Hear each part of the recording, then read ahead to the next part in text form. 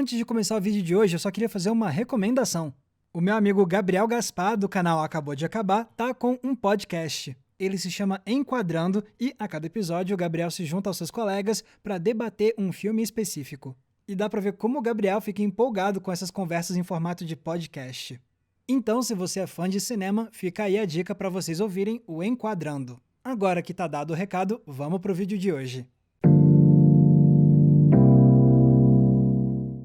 Atenção, este vídeo tem spoilers. Eu já estava esperando que eu ia me divertir com o novo filme do Esquadrão Suicida, dirigido por James Gunn. Afinal, eu gosto muito do trabalho que esse roteirista e diretor fez com os 2 filmes de Guardiões da Galáxia. Mas o que eu não estava esperando era que o James Gunn fosse incluir aqui toda uma camada de discurso político criticando os Estados Unidos. Fica evidente que o Esquadrão Suicida quer muito expiar a culpa imperialista dos americanos. Aqui, o James Gunn reflete sobre como a intervenção dos Estados Unidos em outros países criou um histórico de catástrofes e de crises sociopolíticas. E essa mensagem funciona muito bem durante quase toda a duração do filme. O problema é que quando chega no final, ela dá uma bela de uma cambaleada. Para entender melhor o porquê disso, vamos olhar o filme mais de perto. No novo longa, vemos o governo dos Estados Unidos juntar uma nova equipe de vilões para executar uma missão secreta que pode matar esses personagens. Eles são agentes secretos poderosos, porém descartáveis. E como é que o governo apelida esse grupo? Esquadrão Suicida? Não, esse nome é perigoso demais. Melhor adotar um nome mais seguro. The official term is Task Force X.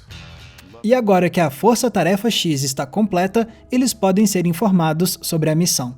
No país de Corto Maltese, houve um golpe de estado e o novo governo pretende usar uma arma perigosa que está escondida num laboratório. Uma arma tão poderosa que pode colocar os Estados Unidos e o restante do mundo em perigo. Por isso, a Força Tarefa X precisa destruir o laboratório e a arma misteriosa. Só que, quanto mais a trama avança, mais a gente descobre que as coisas não são bem assim. A tal arma secreta é, na verdade, Starro, uma forma de vida extraterrestre perigosíssima. E quem foi que trouxe isso para a Terra? Astronautas dos Estados Unidos. E é claro que o governo dos Estados Unidos pensou em usar o alienígena como uma arma. Mas eles não queriam conduzir esses estudos em solo estadunidense, então sobrou para quem? The United States made a secret deal with the Corto Maltese government to conduct their illegal experiments here. Mas agora a situação fugiu de controle e o Starro é uma ameaça real. E os Estados Unidos não querem que o mundo inteiro saiba que foram eles os responsáveis. É assim que a gente descobre que a verdadeira missão da Força Tarefa X não era salvar o mundo de uma ameaça, mas sim apagar todos os registros que ligavam os Estados Unidos a essa catástrofe.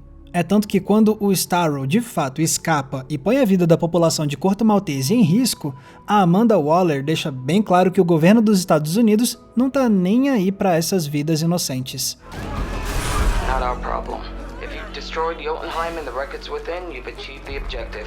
E por mais que essa vilanização do governo americano soe como exagero de cinema, basta acompanhar o mundo real para saber que não é exagero. Faz décadas que os Estados Unidos usam o seu poder e a sua influência para interferir na política de outros países com a desculpa de estarem ajudando a salvar o mundo, mas, no fundo, eles fazem isso só para preservar os seus interesses particulares. Na América Latina, por exemplo, eles apoiaram golpes de Estado para substituir líderes de esquerda por políticos de direita, por militares e por figuras autoritárias.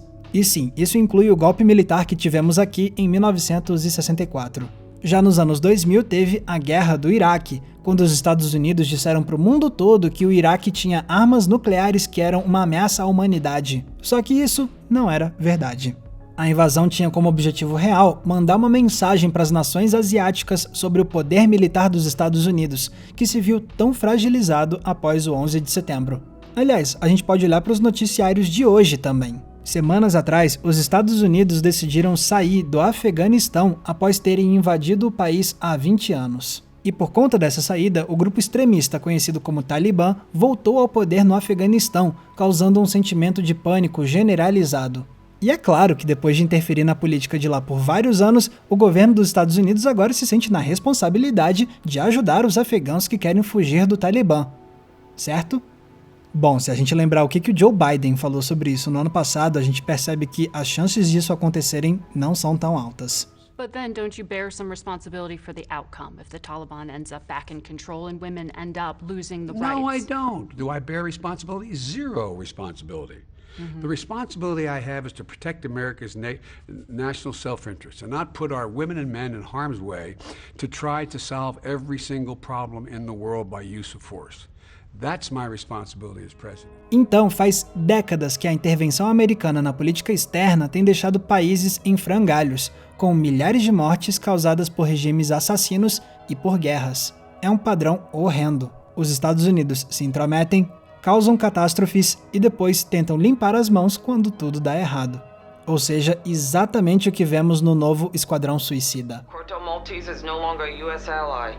If anything, the White House will consider fomenting disruption in a hostile nation a positive development. E se essa visão crítica funciona no filme, é muito graças ao fato dessa ser uma história de anti-heróis. A Força Tarefa X não é um grupo de gente boazinha, mas sim de vilões que são jogados numa posição de heróis. E o filme sabe explorar muito bem essa dualidade. Por exemplo, o lado problemático dos protagonistas é ressaltado com os defeitos pessoais de cada um deles e com o uso da violência gráfica para criar comédia mórbida. Mas o filme também quer fazer a gente admirar esses personagens, algo que fica claro com a encenação que deixa eles descolados. Tem câmera lenta, tem dinamismo para ressaltar as proezas, tem fotografia de alto contraste. O James Gunn até mesmo usa uma tática visual recorrente de colocar elementos flutuando em volta dos personagens, como se fossem pequenos corpos celestes girando em torno do poder gravitacional desses agentes.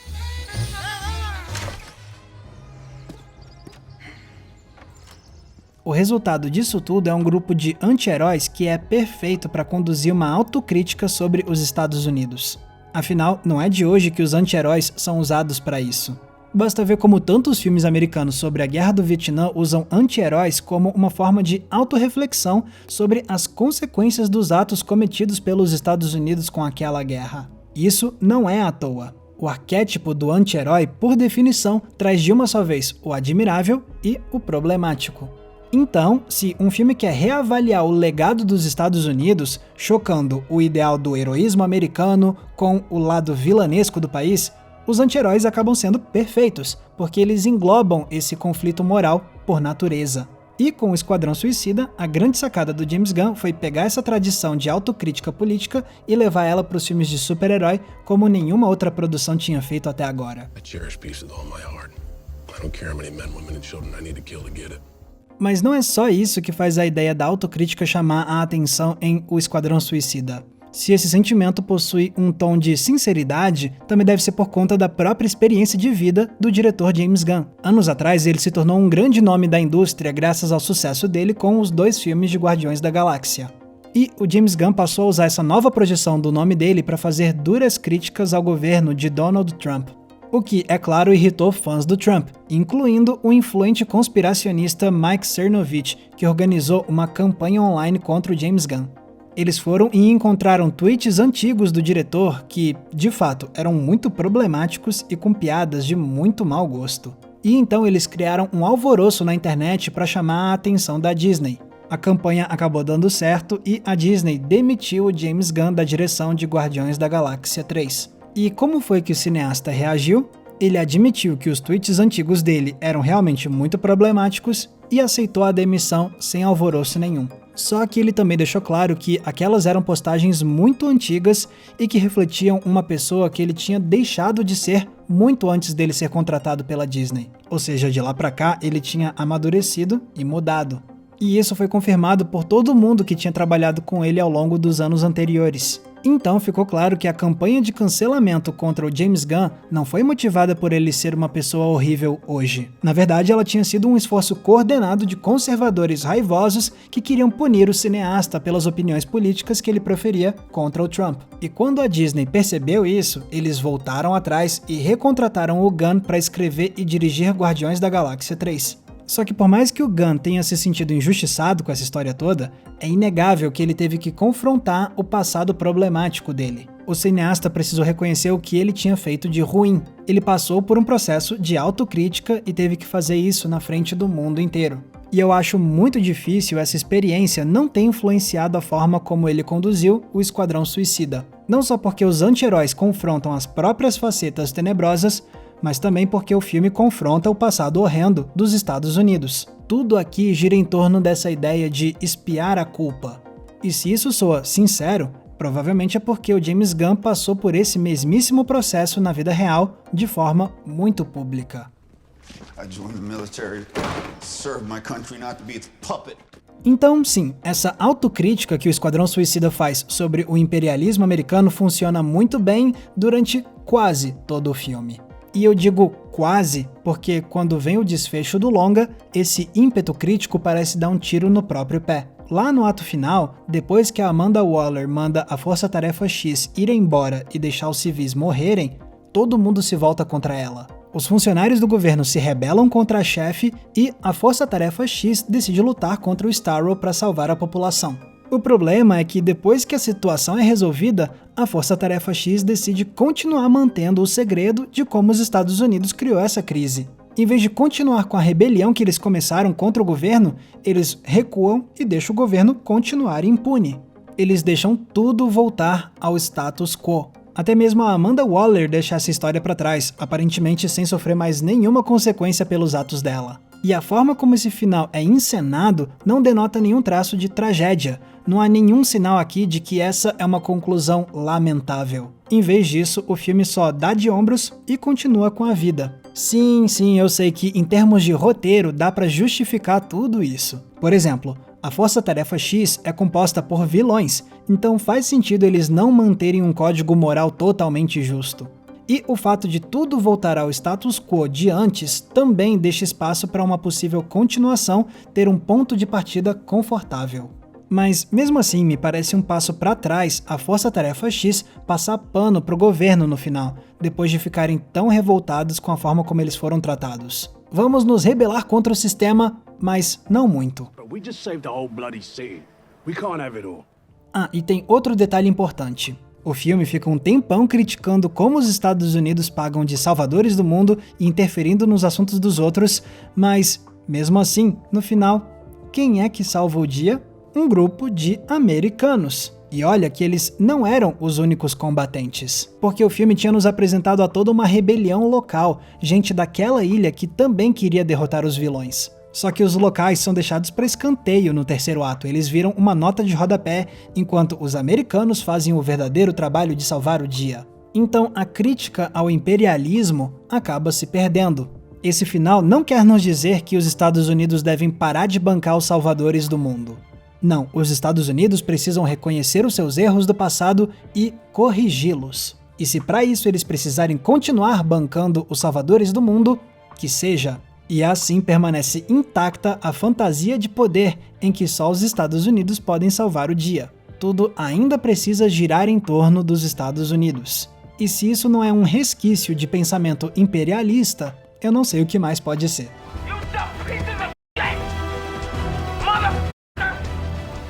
Não me entendam mal. Eu ainda acho que O Esquadrão Suicida do James Gunn é um dos filmes de super-herói e de quadrinhos mais divertidos dos últimos anos. O humor é excelente e a violência deixou o diretor mostrar outra vez o seu lado mais adulto.